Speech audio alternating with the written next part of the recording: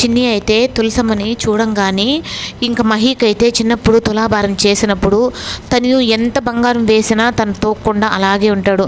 ఇంకా అందరూ మీ ఫ్రెండ్షిప్ మంచిదే కానీ అయితే అని చెప్పనని ఇంకా చిన్నీనే అక్కడున్న తులసాకులను తీసుకొని దేవుడికి మొక్కొని ఆ తులసాకులు తీసుకొచ్చి ఆ బంగారం మీద అయితే పెట్టిన తర్వాత 5 నిమిషాల కల్లా కూడా అంతే ఇంకా తులాభారం అయితే అయిపోతుంది. అప్పుడు అందరూ కూడా చాలా సంతోషపడతారు. ఎట్టో గట్టెక్కిచ్చావు, లేదంటే మళ్ళీ మహికి ఏ ఆపద వస్తుందో అని చెప్పని. ఇంకా తులసమ్మని దగ్గరకైతే నాకు ఈరోజు పదే పదే నా వాళ్ళు గుర్తొస్తున్నారు, మా అమ్మకి ఇచ్చిన మాట కూడా నేను పక్కన పెట్టుకొని నా వాళ్ళని ఒక్కసారినే కలవాలి అని చెప్పనన్న ఆశతో ఇక్కడికి వచ్చాను తులసమ్మ.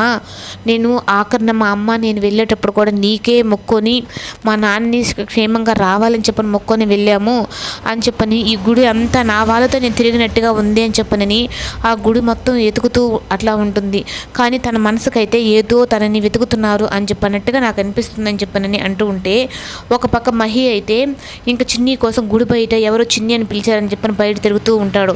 ఇంకా దేవేంద్ర వర్మ అయితే ఇంకా అటు పక్కే వెళ్తూ ఇంకా మహిని అయితే చూస్తాడు. ఏంటి వీడు చిన్ని కోసం ఎంత పిచ్చివాళ్ళలా తిరుగుతున్నాడు అని చెప్పనంటే ఇంకా ఆఖరిన గుళ్ళో ఈరోజు నేను స్పెషల్ పర్సన్ని చూస్తానని చెప్పని అన్నారు కదా, కానీ నాకు కలవలేదు, అయినా ఎందుకు స్వామి అని చెప్పనని ఇంకా దేవుడి ముందు కన్నీళ్ళు పెట్టుకొని ఏడుస్తుంటాడు.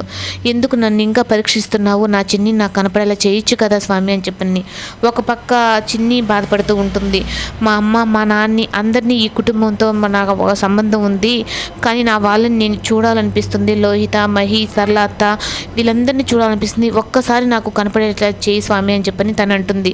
ఇంకా గుళ్ళో అయితే లోహిత అయితే ఇంకా అక్కడికి వచ్చి తన మనుషుల్ని పంపించి నువ్వు బాయ్ ఫ్రెండ్స్తో తిరిగి ఒకరి మారితో ఒకరితో డబ్బులు గుంజుకొని చేస్తున్నావంట కదా అని చెప్పనని ఇంకా అక్కడికి రౌడీలు అయితే పంపిస్తుంది.